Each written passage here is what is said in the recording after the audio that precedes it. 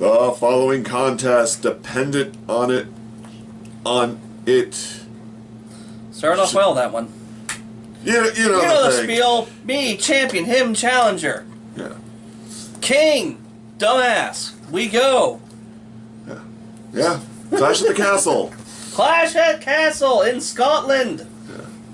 Where Drew McIntyre may win or may not. Yeah. We'll get to that one.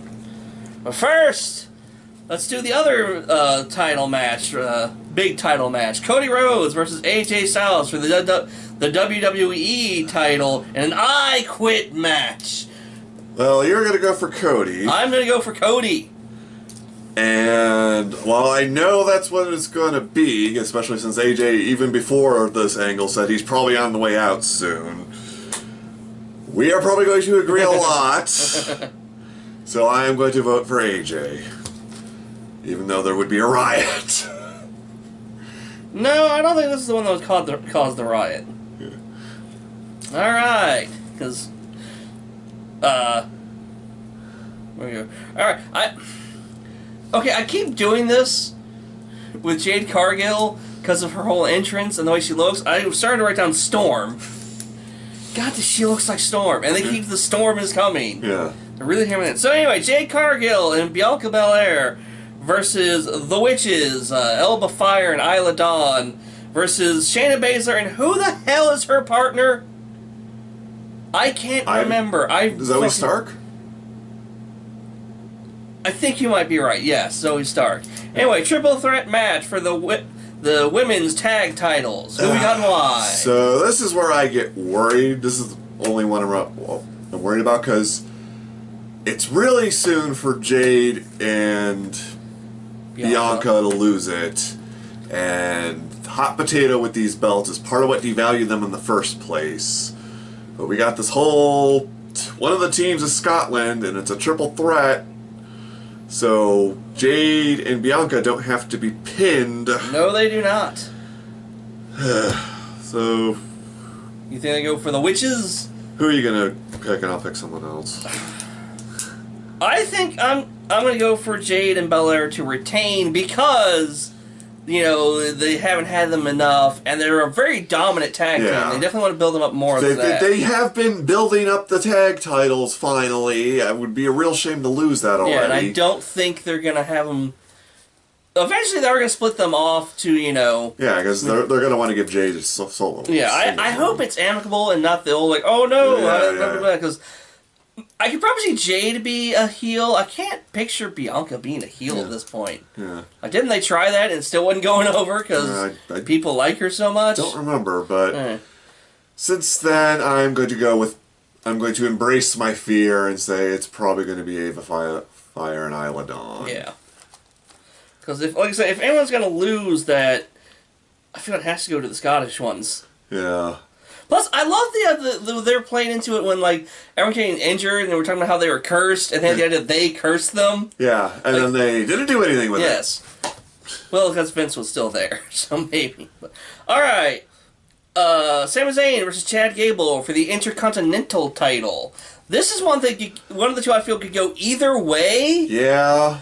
I'm going to go for Gable. I think he's going to get it. And it's going to feel really weird because there's that time we all want him to get it. We were a feel-good moment with him beating Gunther.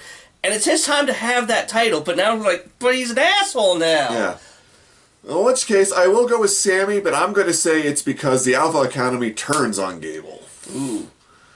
You think Otis is finally going to... I think Otis is going to cost him a match. But he could also... cost Zayn the match. Yeah, but I feel like they're building up to a big catharsis moment.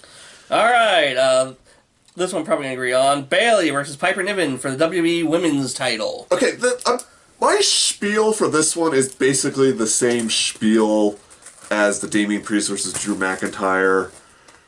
I think Piper deserves the title. I think it's going to be a hell of a match. I think it's possible she could get the hometown hero reaction, but Bayley hasn't had the title long enough. Yeah, she hasn't really done anything with it yet after all the bills. And in this particular one, I can't vote against my girl. Yeah. So, I mean, the only reason I'm not wearing a Bayley shirt right now is because they're all dirty. I am also going to go with Bayley. So I got to go with Bayley this time. So, yeah, like, she's just, you know, she's got to build that title more. She got to have a good title run after everything. So, yep, going to go with Bayley. Last one, Drew McIntyre versus Damian Priest for the World Heavyweight title. This is the one I've been going back and forth on the most. Yeah, like I said, and it's even more so in this one because, as we were talking about a few days ago, Damian's only had one title defense. Yeah, and also, like, he hasn't done anything else with it. And he hasn't really stood as on his own as a champion. It's all still tied with the Judgment Day, and I love what they've been doing. Yeah. But it doesn't feel like he's the champion. Like, he's not standing out. And so I want him to have that moment. Yeah. And we know also that Gunther is going to get a shot at SummerSlam, and I don't think they're going to have him lose. Yeah. But! Yeah. After what happened the last Clash at the Castle, and people got mad about that, and that was just in the UK. This is in Drew's home country of Scotland. Yeah. I can't see them not giving him the title, but I also don't want him to have it for just a few months, unless CM Punk is involved. But I feel like he has been cleared to wrestle. And there's, you know, a couple of guys talking about what a great moment if he comes in and costs Drew the title and that would further their storyline. But I think it'd be worked better if, like, Drew wins, and then what's next month? Money in the Bank. CM Punk wins that, furthers both their storylines, and just, you know, have him just come out every night, just taunting McIntyre with it. Yeah. So I am gonna go for Drew. I'll go with Damian. But, like, it really is, like, out of all of them, like, this and the IC match, like, those are ones I could, either one could go either way, and either way would work. Yeah. Like, Damian, like, just barreling over Drew and, like, just being an asshole heel. Yeah. It'd be great. Yeah. And they would give him that moment I feel he needs as the champion. Yeah. But, like, man, I don't... If they do that again in the UK, do that in Scotland... Yeah. Over there, they just call me Drew. Yeah, I don't think it'd be over for Drew, but, like, that would definitely give, like, a bad taste in everyone's mouth anytime WWE wants to do a European thing. And they would probably actually riot. It doesn't take much for Scotland to riot. Yeah. It really doesn't. I know that's probably horrible and a stereotype, but I've seen them with their football, soccer matches. There's a reason they're called soccer hooligans. Yeah. That exists. Yeah. It could happen. So and we breezed through that because there's only 5 matches. Now, I do like that the B shows are just 5 matches long. It keeps the pace up. I don't feel like slogged down. It's just makes them more entertaining. Yeah, and it'll gives everybody a chance to put on bangers. Yeah, they don't have to rush. Hey, punishment! I came up with this one because on top of being wrestling doofs, we are also sci-fi doofs, and we both love Doctor Who. And since this show is in the UK, but not only that, it's in Scotland, I remembered that the first Scottish Doctor is Sylvester McCoy, the 7th Doctor. And he was in a really weird era where some of his stories were not great. So I reached out to a member of the TDOW universe and our very good friend who is a huge Doctor Who nerd. And I asked him what the worst Sylvester McCoy story was. And he suggested Delta in the Bannerman.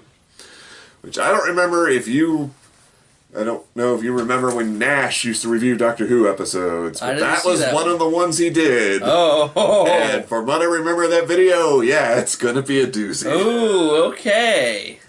You have fun with that. Yeah, it's probably going to be me, yeah. You still need to figure out what punishment I'm supposed to do for Backlash. Yeah. I should do that. I'm surprised you just didn't do the soda one. That's honestly the complete contender. I also have to remember what else is out there as an option, though. Maybe I'll make you watch one of the remaining Bad Romance movies. Maybe. They're out there. Speaking of watching things, though, I put up his punishment for ECW, WWE ECW, and this is probably my fault, but also I'm going to blame Peacock a little bit, because there was episode 0 and episode 1, and I couldn't remember which was the actual first episode, and he reviewed episode 0.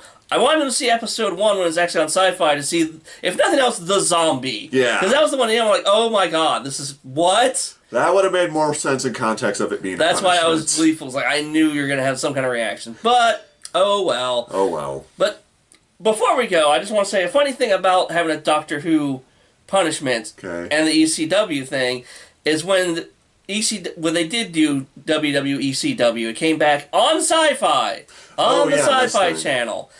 It was also when the new Who, that is now almost 20 years old, had its first season finale, and then we realized that the revelation that the Daleks were still around.